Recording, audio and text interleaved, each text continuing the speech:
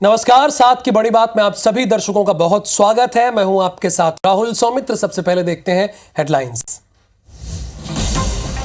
रायपुर के तिल्दा में सड़क हादसे में युवक की मौत पर बवाल। भीड़ ने 2 ट्रकों को किया आग के हवाले। इलाके में तनाव, अभी भी इलाके में भारी पुलिस बल तैनात। आज झारखंड के दौरे पर रहेंगे प्रधानमंत्री नरेंद्र मोदी। गढ़वा जिले में करेंगे विधानसभा चुनाव प्रचार के लिए शंखनाद। छत्तीसगढ़ में आज से 3 दिवसीय राज्योत्सव उद्घाटन समारोह के में शिरकत करेंगे मध्य प्रदेश के मुख्यमंत्री डॉक्टर मोहन यादव। झारखंड और छत्तीसगढ़ के दौरे पर जाएंगे मध्य प्रदेश के मुख्यमंत्री डॉक्टर मोहन यादव। झारखंड में करेंगे चुनाव प्रचार। रायपुर दक्षिण में लेंगे सामाजिक संगठन की बैठक। भोपाल में सीएम ने ली वन विभाग की बैठक। बांधवगढ़ में हाथियों की मौत के मामले में 2 अधिकारी सस्पेंड। टास्क फोर्स और हाथी मित्र दल बनाने का फैसला। शंकराचार्य अभिमुक्तेश्वरानंद ने की गाय को राज्य माता का दर्जा देने की मांग। कांग्रेस ने किया समर्थन। डिप्टी सीएम अरुण साव बोले, गंभीरता से करेंगे विचार। कांकेर में पंडित धीरेन्द्र शास्त्री के सामने 11 परिवारों ने की धर्म वापसी। सांसद भोजराज नाग और एमएलए आशाराम नेताम ने पांव धुलवाकर कराई सनातन में वापसी।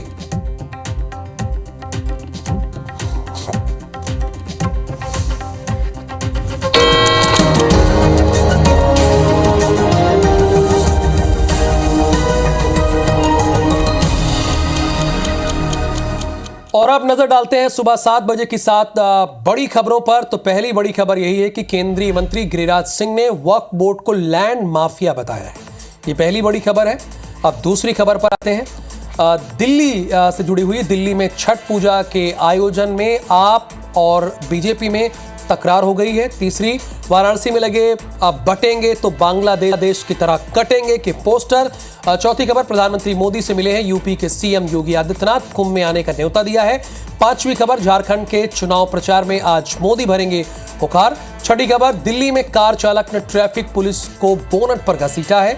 सातवीं खबर, कनाडा में खालिस्तानियों ने मंदिर में घुसकर हिंदुओं पर अटैक किया है। और अब खबरें डिटेल में। रायपुर से खबर यह है कि युवक की मौत पर हंगामा हो गया है। तिल्दा में सड़क हादसे में युवक की मौत हुई है। गुस्साए लोगों ने 2 ट्रकों में आग लगाई है। प्रशासन ने मुआवजे का ऐलान किया है। मृतक के परिजन को मिलेगा 25,000 रुपए का मुआवजा। गैरेज मालिक ने उचित मुआवजा देने का भी आश्वासन दिया है। गुस्साए लोगों ने 2 ट्रकों में आग लगाई है। युवक की मौत पर हंगामा हुआ है। प्रशासन ने किया है मुआवजे का ऐलान। मृतक के परिजन को 25,000 का मुआवजा दिया जाएगा। गैराज मालिक ने उचित मुआवजा देने का आश्वासन भी दिया है। किसी की जान चली गई और अब बात यहां पर आकर मुआवजे पर टिक गई है। किसी के घर का चिराग चला गया और बात 25,000 रुपए के मुआवजे पर हो रही है। जरा ध्यान दीजिएगा, ये पहली खबर है 7 की बड़ी बात की। इसमें मृतक के परिजन को 25,000 रुपए का मुआवजा मिलेगा और ये उसके बाद गैराज मालिक ने उचित मुआवजा देने का भी आश्वासन दिलाया। जैसे लग रहा है कि उचित मुआवजा नहीं, एहसान देने का कार्य ये लोग कर रहे हैं। युवक की मौत हुई है और उसके बाद हंगामा हुआ है, जिसकी तस्वीरें हम आपको दिखा रहे हैं। प्रशासन ने मुआवजे का ऐलान किया है और जो मृतक के परिजन हैं उन्हें 25,000 रुपए का मुआवजा, यानी मृतक के परिजन को मिलेगा 25,000 का मुआवजा। गैराज मालिक ने भी कहा है कि उचित मुआवजा देने का उन्होंने आश्वासन दिया है। में जो नेवरा एरिया है और मेन रोड में एक एक्सीडेंट हुआ था, जिसमें कार मोटरसाइकिल का आपस में एक्सीडेंट होने से साइकिल सवार जो युवक था उसका एक्सीडेंट से मृत्यु हो गया था। जिसके बाद गांव वाले जो मोहल्ले के लोग हैं आक्रोशित होकर के वहाँ पे जो ट्रक खड़ी थी उस पर आग भी लगा दिए थे। इस दौरान पुलिस बल मौके पर उपस्थित होकर के फायर ब्रिगेड के माध्यम से आग को शांत बुझाया गया था। इसके बाद फिर इन लोग आकर के थाना के सामने बैठ गए थे, चक्का जाम करने का कर रहे थे। और जिसका जो स्थानीय जो जनप्रतिनिधि है और पुलिस है और जिला प्रशासन के एडीएम एसडीएम के द्वारा आपस में उनको समझाइश दिया गया और विधि सम्मत जो भी घटना हुआ है उस पर कार्रवाई करने का भरोसा दिया गया, जिसके बाद वो लोग उठ करके चले गए। बताया जा रहा है कि यहाँ जो ये ट्रक खड़ा है इसके आसपास जो है वो एक बाइक सवार जो एक युवक है जिसका पहचान जो है राहुल साहू 22 साल नेवरा बस्ती का रहने वाला है, वो पहले टकराया है, उसके बाद गाड़ी से टकराया है। लेकिन यहाँ पे प्रत्यक्षदर्शियों ने बताया कि वो पहले गाड़ी से टकराया, उसके बाद जो है वो ट्रक से जाके टकराया है और जिससे कि उसकी मौके पे ही मौत हो गई। उसके बाद जो है यहाँ पे करीब 300 से 400 जो ग्रामीण थे वो काफ़ी आक्रोशित हो गए और ये ट्रक में यहाँ जो ट्रक खड़े थे 2 ट्रकों में यहाँ पे आग लगाई है। हम यहाँ पे बात देख सकते हैं कि पुलिस भी है यहाँ पे, जो तिल्दा के थाना प्रभारी हैं श्याम जी, हम उनसे बात करने की कोशिश करते हैं। क्या सूचना हुई थी, क्या घटना यहाँ पे हुई है? लगभग 7 बजे की घटना है और एक व्यक्ति लड़का है 20 साल का जो कार से एक्सीडेंट हो गया, ऐसी सूचना मिली थी। फिर आए, हम देखे तो काफ़ी भीड़ थी। ये है कि पुलिस की तत्परता से बॉडी को वहाँ तक ले जाया गया हॉस्पिटल में और उस समय ही वो चालक ही उठा के ले गया था जो इसे टकराई थी वो।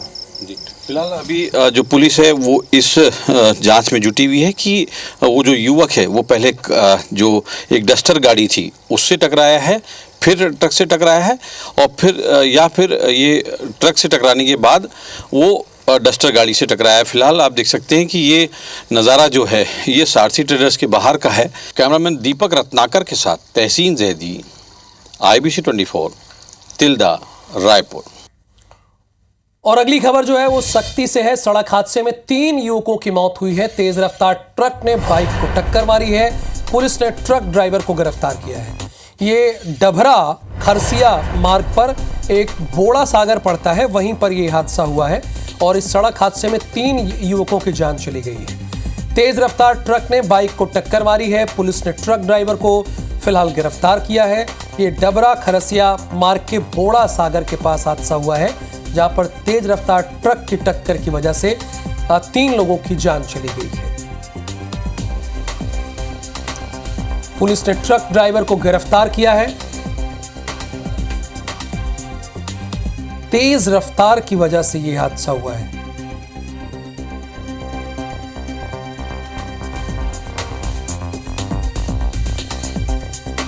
फिलहाल पुलिस ने ट्रक ड्राइवर को हिरासत में ले लिया है। ये डभरा खरसिया मार्ग के बोड़ा सागर के पास हुआ है, जहां पर इस सड़क हादसे में 3 लोगों की मौत हो गई है। पुलिस ने ट्रक ड्राइवर को गिरफ्तार किया है। इस सड़क हादसे में 3 युवकों की जान गई है। अब ये 3 युवक एक ही बाइक पे सवार थे या फिर मरने वालों में ट्रक में बैठा भी कोई शख्स शामिल है, ये फिलहाल अभी अपने संवाददाता से पूछते हैं। लेकिन अभी ये वजह सामने आ रही है कि तेज रफ्तार की वजह से ये हादसा हुआ है। नेत्राम बघेल इस वक्त हमारे साथ फोन लाइन पे हैं। नेत्राम बघेल, क्या जो तीनों की मौत हुई है वो एक ही बाइक पर सवार थे या मरने वालों में ट्रक में शामिल भी कोई शख्स है, और किस वजह से ये हादसा हुआ है? जी, ये हादसा जो है डबरा खरसिया मार्ग बोड़ा सागर के पास की है। जिले में तेज रफ्तार का कहर एक बार फिर से देखने को मिला है, जहां तेज रफ्तार ट्रक ने बाइक सवारों को टक्कर मार दी। हादसे में बाइक सवार 3 युवकों की मौके पर ही मौत हुई है। बताया जा रहा है कि मृतक गिरजा माली, नरेश माली और डोरीलाल माली तीनों सारंगढ़ जिले के जसपुर के रहने वाले थे। तीनों एक ही बाइक में चपले काली पूजा में शामिल होने जा रहे थे। इसी दौरान डबरा खरसिया मार्ग के पास बोड़ा सागर के पास तेज रफ्तार ट्रक ने बाइक सवार को अपनी चपेट में ले ली। टक्कर इतनी जबरदस्त था कि मौके पर ही तीनों की मौत हो गई। हादसे की सूचना 112 व पुलिस को टीम को दी गई। सूचना मिलने के बाद 112 व पुलिस की टीम मौके पर पहुंची और तीनों के शवों को 112 की मदद से डबरा CSC लाया गया और मर्चुरी में रखा गया है। शवों की आज PM की जाएगी। साथ ही पुलिस ने ट्रक को जब्त कर वाहन चालक को भी गिरफ्तार कर लिया है और आगे की जांच की जा रही है। जी, धन्यवाद जानकारी के लिए आपका।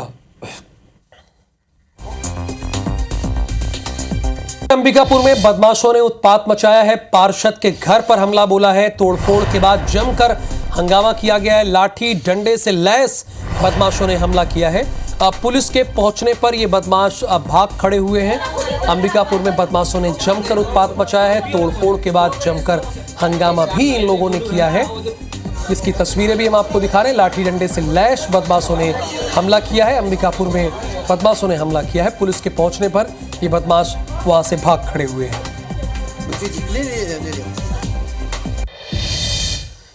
खबर जबलपुर से है। जबलपुर के भेड़ाघाट थाना क्षेत्र के मेडिकल कॉलेज के डॉक्टर और उसके रिश्तेदार पर फायरिंग करने वाले 3 आरोपियों को पुलिस ने गिरफ्तार कर लिया है।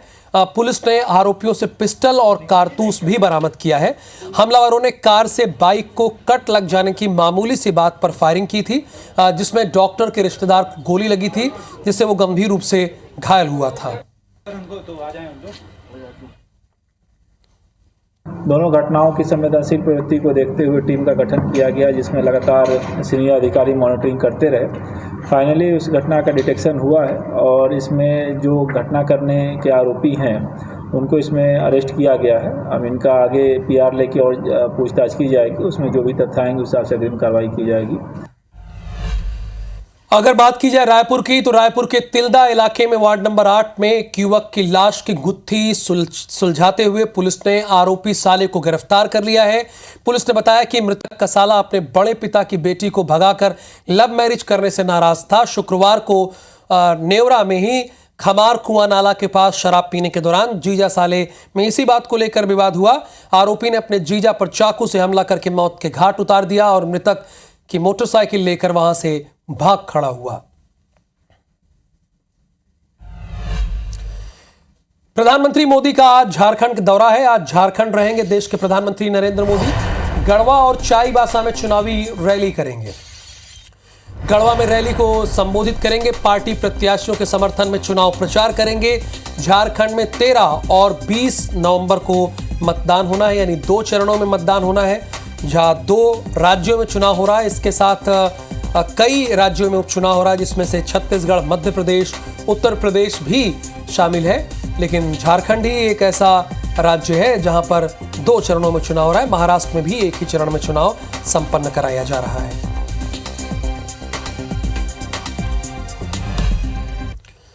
इधर कांकेर में 11 परिवार ने धर्म वापसी की है। पंडित धीरेन्द्र शास्त्री के सामने इन परिवारों ने हिंदू धर्म को फिर से अपना लिया है। प्रबल प्रताप सिंह जूदेव की अगुवाई में हुए कार्यक्रम में सांसद भोजराज नाग और MLA आशाराम नेताम ने पांव धोकर धर्म वापसी कराई। इस अवसर पर बागेश्वर धाम के पंडित धीरेन्द्र कृष्ण शास्त्री ने कहा कि भारत में हिंदू एकजुट नहीं है। उन्हें एकजुट करने के लिए पद यात्रा करेंगे और गांव गांव जाकर हिंदुओं को जगाएंगे। एक जन हमसे पूछा कि गुरुजी तुम कह रहे हिंदू खतरे में है, कारण क्या? हमने कहा कारण सिर्फ इतना है, मुसलमानों को कुरानों का ज्ञान, ईसाइयों को बाइबल का ज्ञान, हिंदुओं को गीता का ज्ञान नहीं है।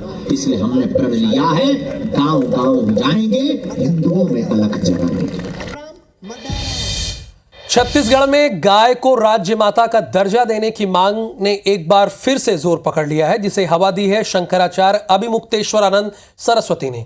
शंकराचार्य ने दूसरे राज्यों का हवाला देते हुए कहा कि इस काम में अब देरी नहीं की जानी चाहिए। छत्तीसगढ़ सरकार को इस पर जल्द फैसला लेना चाहिए। लेकिन शंकराचार्य की इस मांग ने सियासी तूल पकड़ लिया है। कांग्रेस और बीजेपी एक दूसरे को गौ माता की दुर्दशा के लिए जिम्मेदार ठहराकर निशाना साधने में लगे हैं।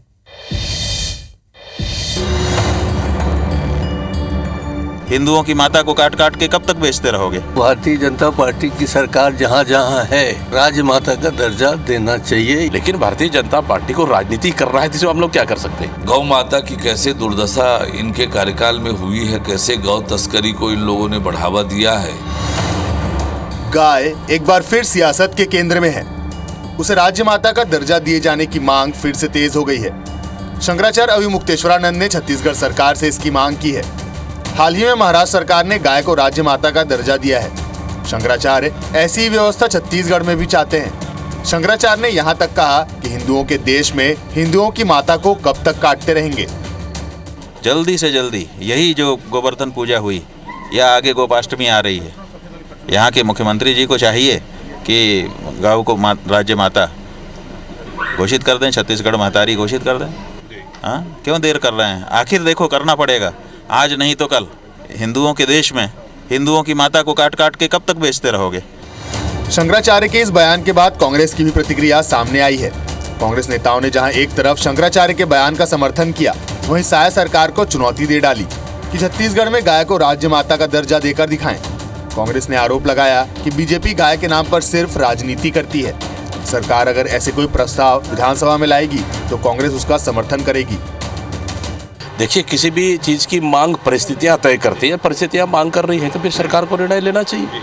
और रही बात गौ माता के लिए, तो हमारी सरकार ने पिछले समय बहुत से काम किए और अभी भी हम लोग गौ माता की रक्षा के लिए देखें कि गौ सत्याग्रह हम लोगों ने किए और लगातार कांग्रेस इस बात को मांग उठाती रही है। लेकिन भारतीय जनता पार्टी को राजनीति करना है, जिसमें हम लोग क्या कर सकते हैं। शंकराचार्य जी जब कह रहे हैं तो भारतीय जनता पार्टी की सरकार जहाँ जहाँ है उसको मानना चाहिए और राजमाता का दर्जा देना चाहिए, ये तो मैं कहना चाहता हूँ। बिल आएगा तो बिल्कुल समर्थन करेंगे। कांग्रेस नेताओं के बयान पर सियासी पलटवार भी जल्दी ही सामने आया। डिप्टी सीएम अरुण साव ने जहां शंकराचार्य की मांग पर गंभीरता से विचार की बात कही, वहीं कांग्रेस को गायों की दुर्दशा के लिए जिम्मेदार ठहरा दिया। शंकराचार्य जी ने जो कहा है, निश्चित रूप से हमारी सरकार उस पर गंभीरता से विचार करेगी और हमारी सरकार तो गौ माता के संरक्षण के लिए और लगातार हम काम कर रहे हैं। न केवल हम केंद्र सरकार, हमारी राज्य सरकार भी काम कर रही है। और पिछले 5 सालों में जब राज्य में सरकार थी इनकी, गौ माता की कैसे दुर्दशा इनके कार्यकाल में हुई है, कैसे गौ तस्करी को इन लोगों ने बढ़ावा दिया है, तो ये तो गौ माता के बारे में कुछ ना बोलें। भारतीय संस्कृति में गाय को भगवान का दर्जा दिया गया है। इसी के चलते उसे गौ माता बुलाकर पूजा जाता है। हालांकि मौजूदा दौर में गाय दुर्दशा की शिकार है।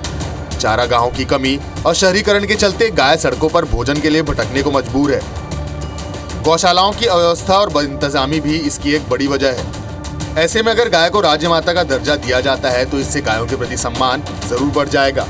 लेकिन जब तक गौशालाओं की व्यवस्था नहीं सुधारी जाती और चारागाहों की व्यवस्था नहीं की जाती, तब तक गायों की दशा सुधरने की उम्मीद कम है। Bureau report, IBC 24। भिलाई से खबर है, युवक को दोस्त ने चाकू मारा है। घायल युवक हॉस्पिटल में एडमिट है। पुलिस ने आरोपी को गिरफ्तार कर लिया है। शराब पीने के बाद दोनों के बीच विवाद हुआ था। भिलाई के जामुल इलाके की यह घटना है। भिलाई के जामुल इलाके की यह घटना बताई जा रही है। युवक को दोस्त ने चाकू मारा है। घायल युवक अस्पताल में भर्ती है। पुलिस ने आरोपी को गिरफ्तार कर लिया है। शराब पीने के बाद दोनों में विवाद हुआ था। भिलाई के जामुल इलाके की यह घटना बताई जा रही है।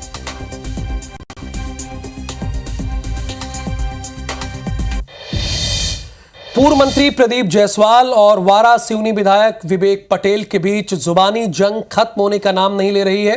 पूर्व मंत्री जायसवाल ने कांग्रेस विधायक पटेल पर फिर निशाना साधा। उन्होंने आरोप लगाया कि विधायक पटेल अपनी राजनीति चमकाने के लिए सीएम को अपना करीबी बता रहे हैं। भ्रम की राजनीति करना पटेल को शोभा नहीं देती है।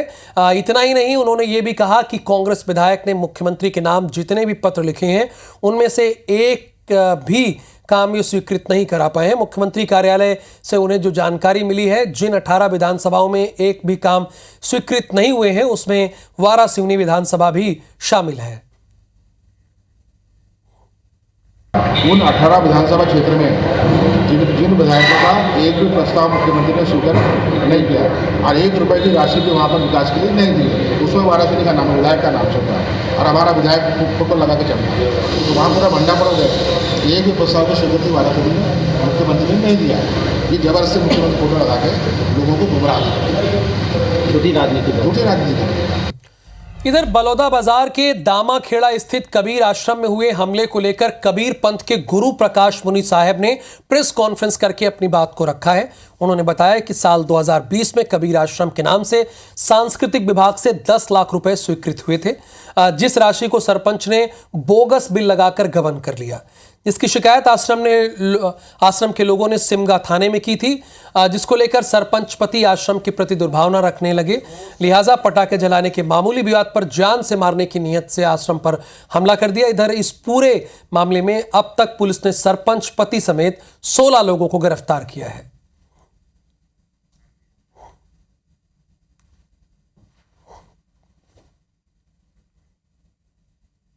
50-60 बच्चे गाली गलौज करते हुए डंडा लाठी डंडा लेकर गाली गलौज करते हुए आश्रम के सामने आए और उदित मुनि का नाम लेकर गाली गलौज करते रहे।